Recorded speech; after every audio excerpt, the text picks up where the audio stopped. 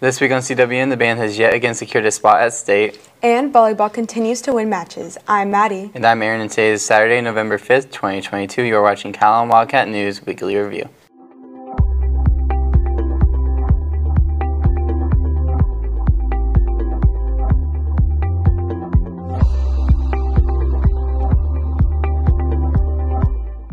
To begin this show, we would like to inform you that this past week was homecoming week, so that's why a lot of our interviewers are dressed up. We will also cover the homecoming game and King and Queen next week. Our Lady Cats played Rockport in round 2, and it was an exciting matchup. Yes, it was. Let's begin this week with a recap of the homecoming week and all of the festivities. I am going to give you all a run through about everything homecoming this week. Let's check it out. This week is homecoming week here at Calallen. Let's see all the festivities they have. And coming with homecoming week, we have dress-up days. Each day is a different dress-up day, so we always had something fun to do this week on our homecoming week. Monday was Dynamic Duo, where people dressed up as infamous characters that work together. On Tuesday, we had Barbecue Dads versus Soccer Moms, and we had the legendary GOAT himself, Coach Lamb, the ultimate barbecue dad, show up on TV to show us a little brisket and ribs. On Wednesday, we had Sports Jerseys Day, so you dressed up as your favorite sports team. On Thursday, we have Future You Day to preview your future career and what you want to go into. And Friday, Game Day, we had maroon and white with all the festive mums, garters, and everything else that was there that day. Alongside the dress-up days, each year the halls have a competition. Each class chooses a theme within the theme to decorate their hall, as this year's theme was Around the World. The seniors took on Paris, made a beautiful, beautiful hallway. The juniors did Hollywood. The sophomores, they did New Orleans and Mardi Gras, and our freshmen did Japan. Every year we have our homecoming court, our senior court, and the King and Queen nominations. So our top 3 that were nominated earlier this year will walk onto the field with their partner, and then the King and Queen of homecoming will be announced. Thank you for joining me on this adventure around the world. Let's take it back to Maddie. The Calallen Wildcat Band hosted and performed at the Area EUIL Marching Band Competition on Saturday. After a long day, the band managed to not only secure a spot at the state competition, but also placed first in the finals, becoming area champions.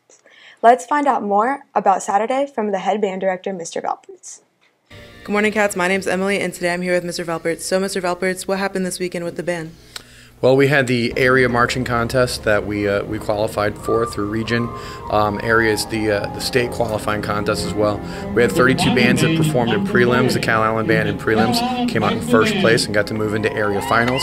They took the top 12 bands into area finals, and then Calallen band ended up placing first and becoming area champions in the finals with an amazing performance. And they took the top groups from there to move on to the state marching contest, which is very difficult to get into. And so the Calallen band will be representing Calallen, our school and our community, at the state marching contest next Wednesday in the Alamo Dome. That's really cool. Good luck to our band at state next week. That's all from us. Now back to the studio.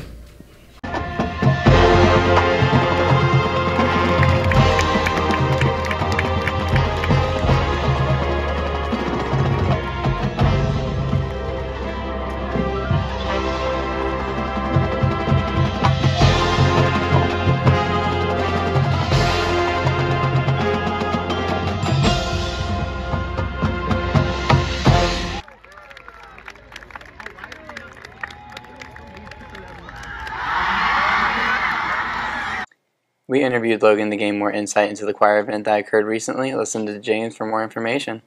Hello, Calallen TV. My name is James Luby, and I'm here with Logan Barraza. Now, Logan, I understand that Grace Methodist Church was the host for this past week's choir concert. What was different about their auditorium and our auditorium? Well, I'll definitely tell you, the seats in Grace Methodist Church are definitely 100 times more comfortable than the ones we have in the auditorium. But I'm not saying the ones in the auditorium are bad, but anyways, the acoustics in Grace Methodist Church was a more wider, bigger room. Definitely gave off a more powerful sound when you sang in there. You had to sing louder. The girls did so good during the concert. The middle schoolers also did great. And the men's choir, us, we did exceptionally well. I hope that we did great. And, well, I just cannot wait to do another choir concert, James. So I understand that Mrs. Monroe has taken over the role of the choir teacher from Mrs. McCauley. What's different about her? Well, I love Mrs. McCauley. She was a great choir teacher, but I will say Mrs. Monroe is a lot more strict than Mrs. McCauley. She's definitely rallied us men up together so we could give off a more powerful sound. We sing more professional songs than we do like pretty modern day songs, if I were to say so. And now I'm here with Trinity Menchaca. And Trinity, like I asked Logan, what did you think about the Methodist Church compared to our auditorium? Well, it was a lot bigger and it had very good acoustics, so that way all the students could be heard more better and be able to hear the piano as well. And also, like I asked Logan, what do you think about Miss Monroe replacing Miss McCauley?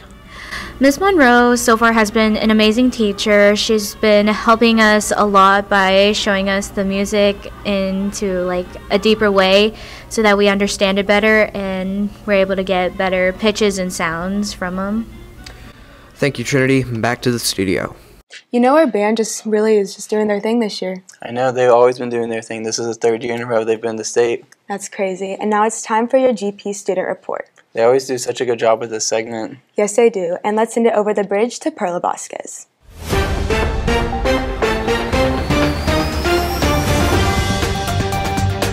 Good morning. My name is Perla Vasquez, and here's the latest of what has been going on here at GP. Final rehearsals are underway for theater's fall production, the last roundup of the Guacamole Queens. Tickets can be purchased in the drama room or on the GP website. So it's pretty much just a comedy about 3 different cousins. They're trying to run a bridal shop, but then they get asked to do a reunion. And they're trying to impress the governor and start up a new business, but in the means, a lot of stuff happens. Students celebrated Halloween on campus for the first time in years. Who are you dressed up as? LeBron James. Bowie. David Bowie. What are you dressed up as? Hot dog. Hot dog. I want to eat him. GPTV students spent a day in the field visiting 8 different factories around the San Patricio County.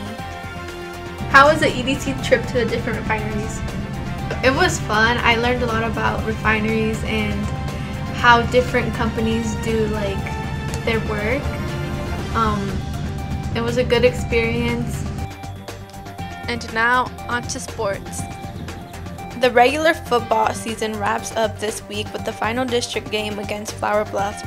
Both teams are undefeated and will be moving on to district playoffs. Last year they beat us in the playoffs and that really sucked. And we want to win district championships, so this is a really important game.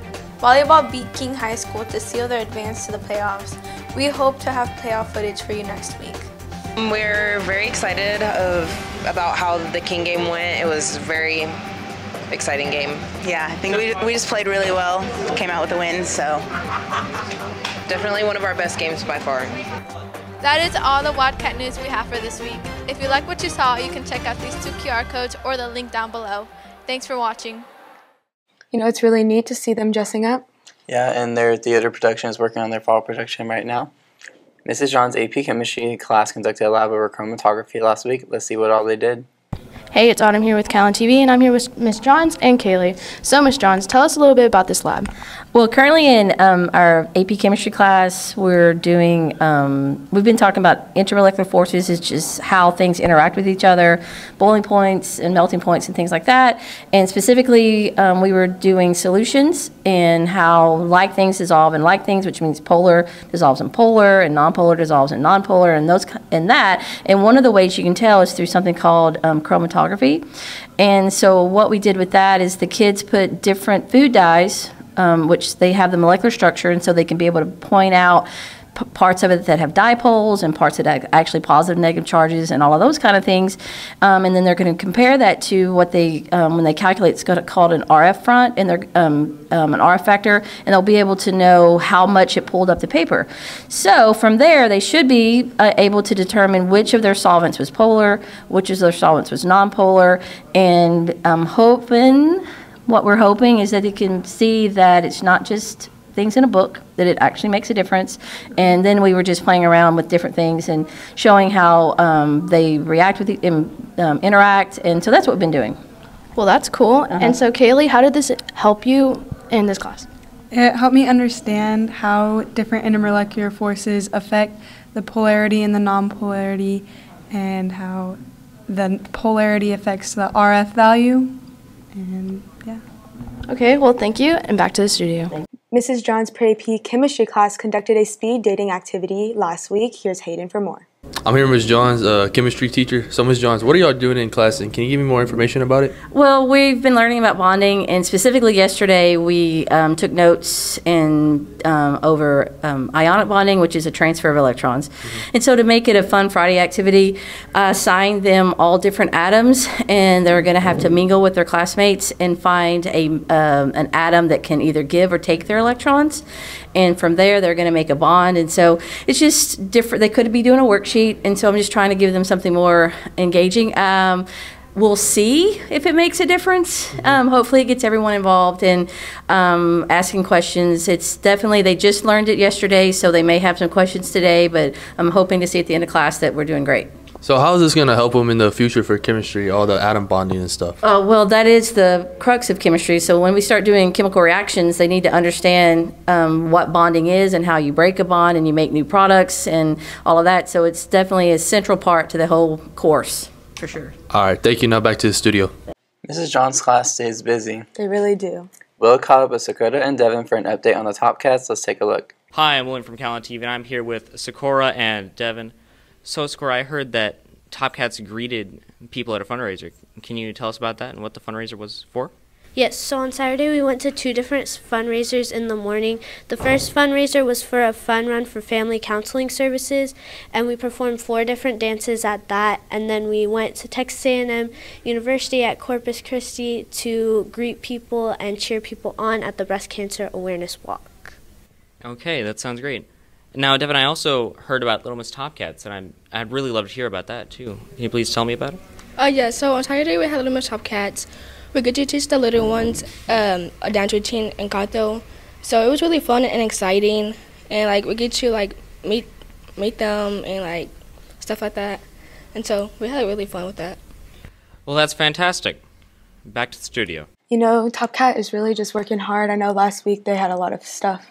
I know they have been staying pretty busy. I know tomorrow you'll have a competition, right? Yes, we do. We've been working really hard in practice. And there was a Dia de los Muertos festival over the weekend. Let's send it to Logan, who caught up with Trinity for more information. Hello, Calallen TV. My name is Logan Braza, and I'm here with Trinity today. So, Trinity, we hear that you were at the Dia de los Muertos festival. How was that? It was amazing. A lot of different people, a lot of amazing costumes around. It was just amazing. And we hear that there was a low riding car and that there were also vendors there. Was there anything else that was at the event? There were some stages around where bands played, and there were also dancers that performed, showing different types of dances around. And were there any La Ofrendas there for people to, like, remember the dead? Yes, there was a special area where they had altars around that you could go in, and even inside you could write your name of someone that has passed on and put it on a wall to say goodbye to that person. Wow, that is just so great and just so heartwarming. Now back to the studio. We have an update over the robotics team. Here's Logan and Mr. Eason for more. Hello, Calallen TV. My name is Logan Braza, and I'm here with Mr. Eason today. So, Mr. Eason, it's come to our attention. You guys recently attended a scrimmage. Yes, so our robotics teams got to compete last Saturday at our first competition of the year. And so we took both of our teams, the Engineers and the Nano Knights, and got to test out the robots and see what they could do in competition. And usually scrimmages don't have a point system, but the Engineers place first?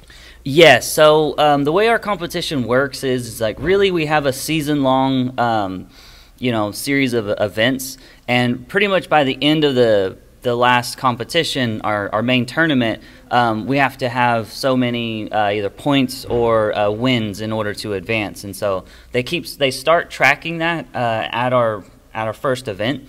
And so the way the system works this year is it just goes by wins, not points. And so our Engineers ended up winning all 4 of the matches that they had that day. So they ended up in first in their little mini league.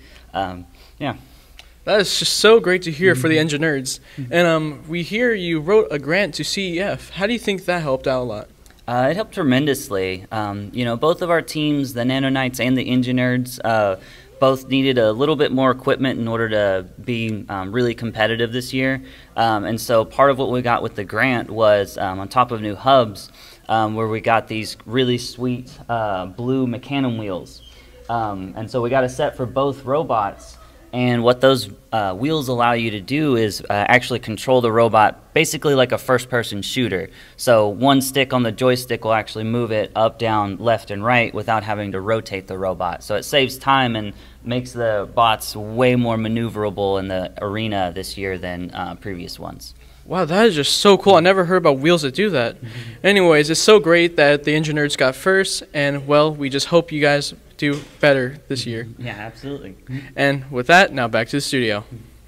Some of our English classes worked on a project over Beowulf. Here's Mr. Scarborough for more information on that project. I'm Elias Sims here, Mr. Scarborough. Mr. Scarborough, you are working on a new English project. Can you tell me about that? Yeah, so we're doing an English project on Beowulf. It's an epic poem that depicts a leader of hero among heroes, and right now all the students are working on kind of like a 3-panel comic where they're kind of depicting different scenes of this story for everybody else to kind of see how everything's kind of playing out. And it's pretty fun. Can you tell me the purpose of the project, for the students? Yeah, so the purpose of the project is kind of like depicting what it means to be a hero during that time, and how stories have a very huge influence on the culture of the people around there, and how it impacts people hundreds of years later. And that's why we actually study it today, even 1,000 years later. Sounds really interesting. Thank you for your time. Back to the studio. You know, all week we saw our classmates working really hard on it right before the due date. Yes, we did. Coach Luna's class has begun their sewing unit. Listen to Logan to find out more on what all they're doing. Hello, Calallen TV. My name is Logan Braza, and I'm here with Mrs. Luna today. So, Mrs. Luna, it's come to our understanding you guys are starting your sewing unit today. Yes, as a matter of fact, our interpersonal studies, they're learning the basic unit of sewing. Right now we have some that are sewing their pillows by hand. Several are sewing a patchwork quilt. And then we have others that are going to be learning how to put a button on and do all the basic skills that we need just for basic life. Some of us, it's a dying skill, like I told them earlier. So it's something that they can learn from, and then maybe if they want to use it later on in life, they have the basic skills here in high school. Yeah, sewing is more important than you think it would be. And is there anything you guys are working on right now? Specifically just a quilt and a pillow. We're just starting off by a 5x5 quilt. So it's nothing too big. It's something that they can all do together. Really what they're just learning is how to do something from nothing and make it into art. Well, thank you, Mrs. Luna. Now back to the studio. Now let's send it to Monique with the rundown on sports. Thank you, anchors, and good morning, Wildcats. Last night, the varsity football team faced off against Hidalgo for their homecoming game. We will have the score and recap for you next week. The varsity golf team traveled to Victoria last weekend to play in their second team tournament of the year. The boys and girls team took second, with J.R. Tennell taking 5th place for the boys and Brooke Caldwell taking 4th for the girls. We spoke to Brooke to find out more information on the tournament. Here's Callie with the interview. Hi, I'm Callie and I'm here with Brooke. Brooke, y'all had a golf tournament this weekend that turned into a one-day tournament. Can you tell me more about that, please, and why? Yeah, so due to weather, some rain and lightning, they decided to cancel day one. They didn't really want us playing in the wind and the rain, so yeah. Okay, and can you tell me how y'all placed overall? The team got second, and I got 4th overall. Okay, thank you, and back to the studio. The volleyball team is by-district champs after defeating La Feria in 3 sets. Here's Hayden with Abigail and Coach Pettis for more. I'm here with Coach Pettis, the varsity volleyball coach. So, Coach, you had to sweep y'all's first round against La Feria. How does that feel, getting a sweep in y'all's first round? It's awesome. Of course, we want to continue our playoff run, so we need to start somewhere, and one and done, and that's excellent. So, y'all's second round of playoff, who do y'all play? We have a possible matchup between Rockport or Divine. They played this evening in Kennedy, so we have someone going out to scout them for us. We will play Thursday regardless, either of those teams. So if we play Rockport, we'll be playing in Ingleside. If we end up playing Divine, we'll be playing in Beeville on Thursday. I'm here with Abigail Brown, varsity volleyball player. So, Abby, y'all got y'all's first round playoff win against La Feria. So how did it feel getting that win? Honestly, it felt really good. It's kind of like a booster at the beginning, winning the first round, and we're getting ready for the second round. So y'all play Thursday most likely against Rockport. So what are y'all going to have to do differently against them since they're a better team? We're definitely going to have to run a faster offense in the front row and just be loud, be ready, and play as hard as we can. All right, thank you. Now back to the studio. They played Rockport at Ingleside on Thursday. We will have those results for you next week. And that's the latest on Calallen Sports. Now back to the anchors. You know, one of our home teams, Houston, is playing in the World Series against the Phillies, and Game 6 is tonight.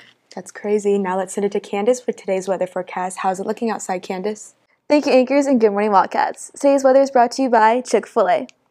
You know, we did see some muggy weather this weekend with those overcast skies, which we'll see continue this weekend, with today's temperature being 71 degrees, 0% chance of rain, and the winds blowing from the north-northeast at 14 miles per hour.